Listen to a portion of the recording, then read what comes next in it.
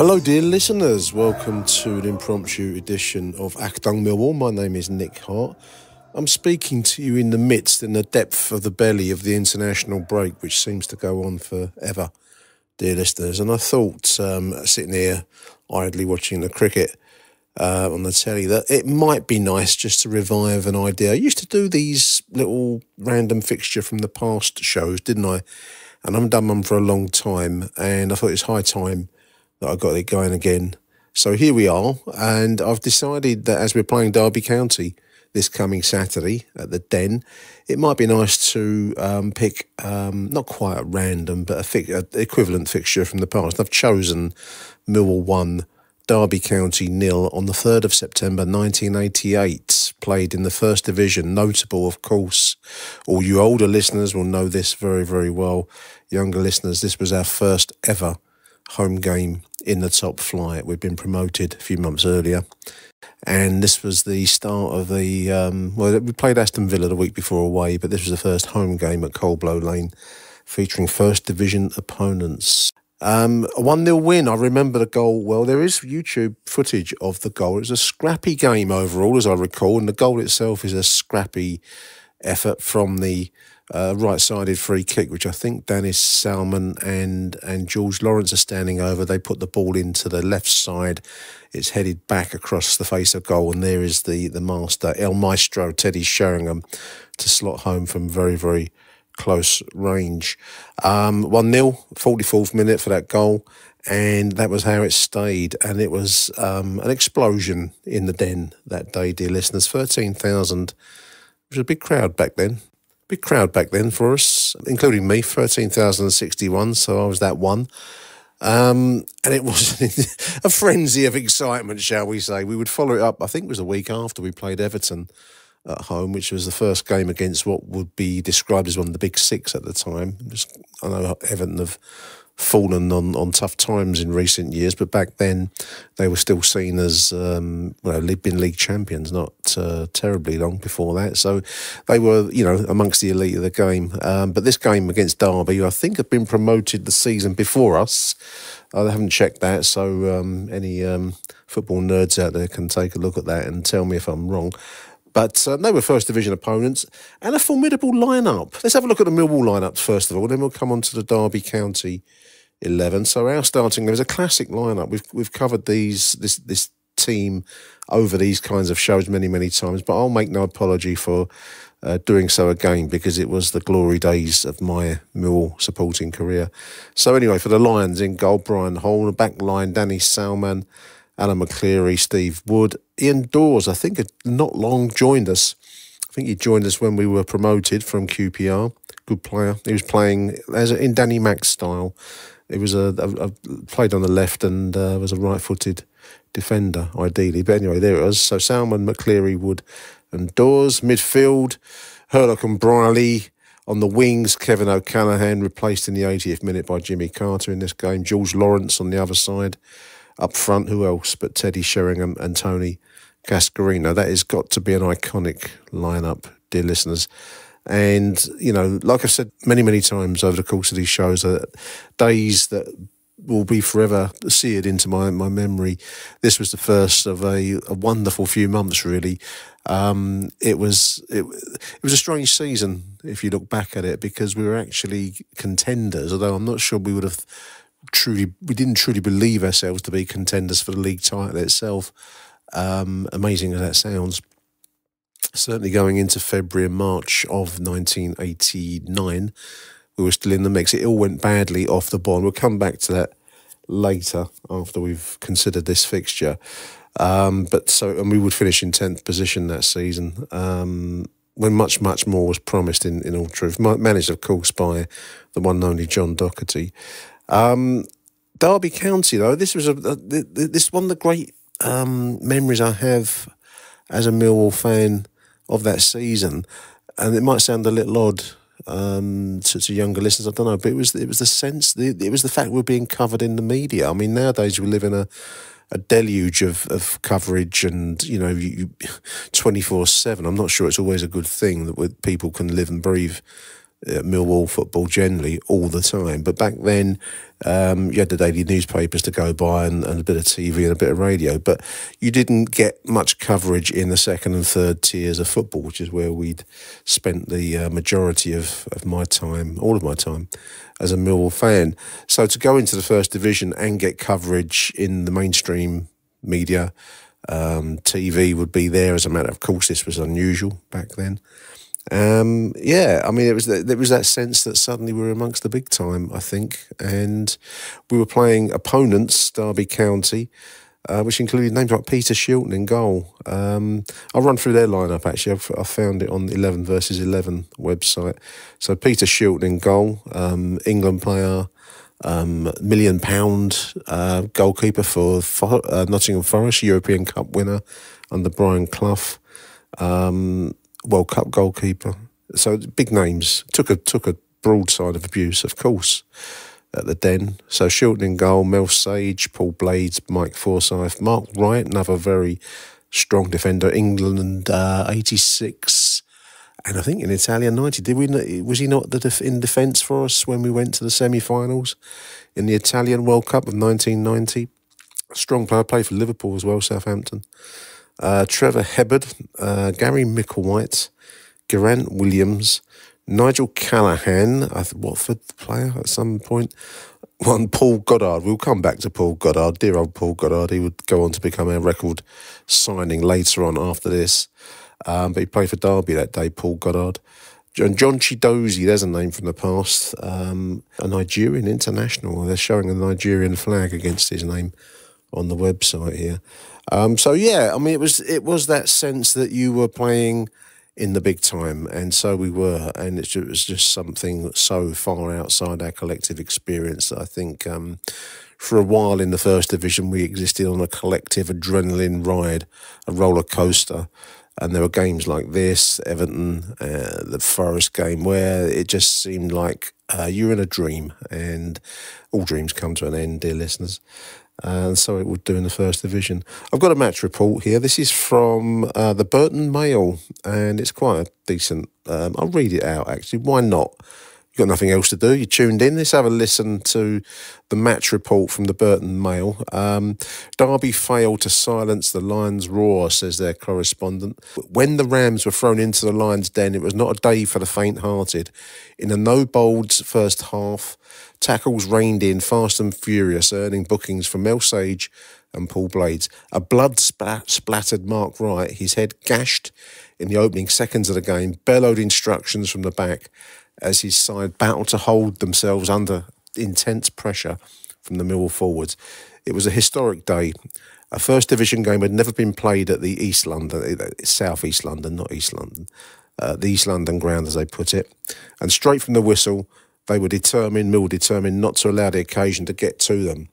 But this was not a problem expected by Millwall boss John Docherty, who wasted little time in praising his own team. He said, I had no doubts after the performance last week against Aston Villa. That was a 2-2 draw, listeners. First ever game in the first division. But John says if they were going to freeze, it would have been then, last week. So I think we surprised a few out there today. Names on paper don't mean anything to me. It's how they play on the day. After 90 minutes, you have to ask if you are good enough for this division. And after 2 games, I think our players have shown enough. All round, it was a first-class team performance. And so it goes on. The pace at the game began certainly rocked the Rams, says their reporter. After just 3 minutes, Millwall new boy Ian Dawes floated the ball over the Derby defence, putting Kevin O'Callaghan clear through, but he could only knock the ball into the thankful arms of Peter Shilton. Again and again, Millwall threatened, and with a quarter of an hour gone, the Rams' offside trap backfired for George Lawrence, but Peter Shilton stood between him and the goal, and it was the England goalkeeper who won the battle of nerves, pulling off a one-handed save. Derby held on until the closing seconds of the half. 2 minutes into injury time, George Lawrence floated a free kick into the box. Kevin O'Callaghan steered the ball from Shilton's grasp, and Teddy Sheringham had the easiest of tasks to knock the ball into the unguarded nets. Second half, Derby searched for the breakthrough, and within minutes of arriving on the scene, John Chidozie brought a fine save from Mill goalkeeper Brian Horn. Having gone so close, that's one of their players, looked to be Derby's saviour, but the former Gressley Rovers hero suddenly turned villain of the piece 10 minutes from time when he stabbed his shot wide of an empty goal after Nigel Callaghan's through ball had totally wrong-footed our goalkeeper. That's Brian Horn. Nick Pickering tried hard after replacing Gary Micklewhite, but the sun-soaked Millwall crowd were rewarded with their first ever win in Division 1. So we were, and it was a wonderful day. Strange experience looking back, being promoted to the first division. I do remember hoping that we didn't know how we were going to get on in the top flight. You know, Mill had never been there before. We'd come up as champions, but it all seemed to happen quite in a rush at the end of the 87-88 season. We'd been contenders, but the actual promotion and then being champions kind of popped out of nowhere. My only real hope, if I'm going to be honest with you listeners, would be that in the top flight, we'll get a win, at least get one win from the season. Don't totally be embarrassed. And we weren't totally embarrassed. In fact, we were the complete opposite. We were amazingly in contention for the league title after Christmas and into a chunk of the new year. And it all went a bit off the rails at the end of the season, as we've said. So there's the report. There is YouTube footage, as I've said. Some of it's pretty fuzzy. There is one or two clips on YouTube of the goal itself that gives you a good sense of the, of the day itself. Strange, really, looking at the crowd. 13,000 doesn't seem terribly high in our modern eyes. And the goal behind the Ilderton Road end is quite sparsely populated, but there it was. That was a good crowd by the standards of the day back then. I've picked out a few players, 3 players actually, from our starting 11. Danny Salmon. I don't think we mention Dennis very often on these shows, so I thought maybe it might be a nice chance just to put that to rights. Dennis Salman, defender with us, 1986 to 1991, 112 games, 5 goals. Born in 1960, a little bit older than me, Dennis. His career took him Brentford in 1977, Millwall, sold to us for £20,000 in 1986. Then he went on to Plymouth in March 1990, Peterborough, Torquay, until he retired from the game. These details are from Neil's book, The Millwall Who's Who. And I'll read the little biog that they've done of Neil, Neil's done of Dennis Salman.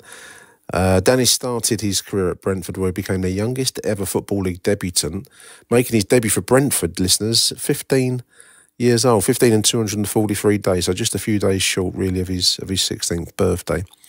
He helped the Bees win promotion from the 4th Division in 1978 before reuniting with his former boss, John Docherty, in New Cross. He was Lions Player of the Year in 1988, the title-winning campaign season. Dennis ended his career in the West Country, where after working as a commercial manager at Torquay, he ran a dry cleaners. He's also provided stats for the Press Association, worked in the media, and owned a soccer school. Dennis Salman, really strong, honest player of the year, as the piece mentioned there. One of those players, I think John Docherty had a few. I mean, Herlock would be another one that he also brought from Brentford. These were kind of rocks in John Docherty's side. And Danny Salman was one of those players that would never let you down. Would run and run and run. Almost a Jimmy Abdou style of approach to the game. Different players, different positions entirely, but different styles in many ways. But that same willingness to run themselves into the ground. And that was Danny Salman. And I don't think we've mentioned him very often, but it was a very, very strong part of that promotion season and then the First Division campaign. I've also picked out, we mentioned the name Paul Goddard, and he's for the opposition in this game, of course, but you can't go past Paul Goddard without mentioning him in a Millwall context. Our record signing in 1990, just short of £1 million. I don't think it was quite £1 million, but it was 990,000, if memory serves. 800,000 it's shown here. I thought it was more than that. Very well rated striker. It was one of the most Millwall signings ever, and it's still mentioned even to this day. You know, the Millwall in the transfer market and the folly of big money signings. We've never been very good with them, it seems to me. And Goddard probably is the classic classic example of that. With us for 2 seasons, 1989 to 1991, played just 25 games and scored twice. And I do have the privilege, dear listeners, of being able to say I saw at least one of those goals, and that was the Manchester City FA Cup tie, which I think is the following season to this one. We played Man City in the FA Cup third round, and the ball went in off his backside, and I saw it as a cold-blown lane. So I can say at least, you know, that was £500,000 of a goal there. But he'd had a good career. Played at QPR, 1977. West Ham, his big name. You know, West Ham, Newcastle, he'd done well there. Derby County, as we've mentioned, for this particular occasion, in 1988. He left us in 1991 to go to Ipswich Town as a coach, joint manager of Ipswich in 94. West Ham's assistant manager in 2001. England international, Paul Goddard, he'd helped bitter rivals, as the piece says here from Neil's book, West Ham, to a Division 2 championship in 1981, and became the Lions' record signing, arriving with a very creditable reputation. He did, you know, when we signed him, I mean, the West Ham thing never really, you know, it dogged him throughout his time, of course. But that could have been got past if he'd have scored goals. It just didn't happen. His spell is at the Den is seen as nothing short of a disaster, as Neil's book puts it. And I've got to agree with that assessment. It was a disastrous signing for us. Probably a disastrous signing for him, really. He did arrive with a good track record, and there was nothing wrong with the signing if you know, are able to put to one side the Hammers connection. After failing to win over the fans, that's an understatement, Neil. After failing to win over the fans in his 13 months with the club, Paul moved on to Ipswich Town on a free transfer. So from 800,000 to a free transfer. That's very memorable, isn't it? He became a youth team coach and then had a spell as assistant manager at Upton Park. He's now working as an agent for a leading sports management company. So there we are. Paul Goddard, a legendary name for all the wrong reasons at the Den, but a comparatively strong career in the game. There we are. Now I've picked out one last little piece that struck me is the Derby County that day was sponsored and have the word Maxwell written on their shirts. Now, older listeners will immediately know that means Robert Maxwell. Younger listeners might know who Robert Maxwell is. And anyone that's a keen student of the news will know that his daughter, Ghislaine Maxwell, is currently doing 20-odd years inside a New York State penitentiary for her association with the sexual predators of, what's his name, Epstein. Not Brian Epstein, he was a Beatles manager. What was his first name? Can't think of his name. But anyway, Epstein, the kind of sex scandal that's bedeviled the great and the good in many, many countries, USA and UK. And that was his daughter. But Robert Maxwell was a crook, thieved money from the Daily Mirror's pension fund. He was a major figure in British life and politics through the 70s and 80s, a self-publicist, a fascinating figure. I've read his biography and I find him fascinating as a person, how far a crook can go in this life and somehow be amongst the great and the good, dear listeners. I don't know if that's making any sense. But Robert Maxwell bought into Derby County mainly not for any love of the game. He had no love of the game at all, as far as I can tell. And reading some of the Derby County fans' forums, that was quite apparent. He was basically seeking approval, rather like the old Roman emperors had to lay on public games for the entertainment of the people. I think he saw himself in that role as a kind of a provider of bread and circuses for the people. And he was, at this time, owner of Derby County. He would go on to buy into Oxford United. He had the plans to merge them with what was it, Reading? They were going to merge them into Thames Valley Royals, one club. He had all sorts of plans and schemes, money-making schemes to his own benefit and self-aggrandisement. And it just struck me that there's the name Maxwell across the Derby shirts. A notorious figure in British public life. He would eventually die. He fell off in mysterious circumstances. He fell off his boat in the Canary Islands. Some believe with a heart attack, others speculate in conspiracy areas. But yeah, fascinating figure, a man of many roles and guises and names. His story is well worth looking into. I recommend, there's a number of documentaries. I think there's some on Netflix and Amazon. There's audio books, you name it. He's a fascinating figure. But that was who was sponsoring Derby County for our first ever home game in the First Division.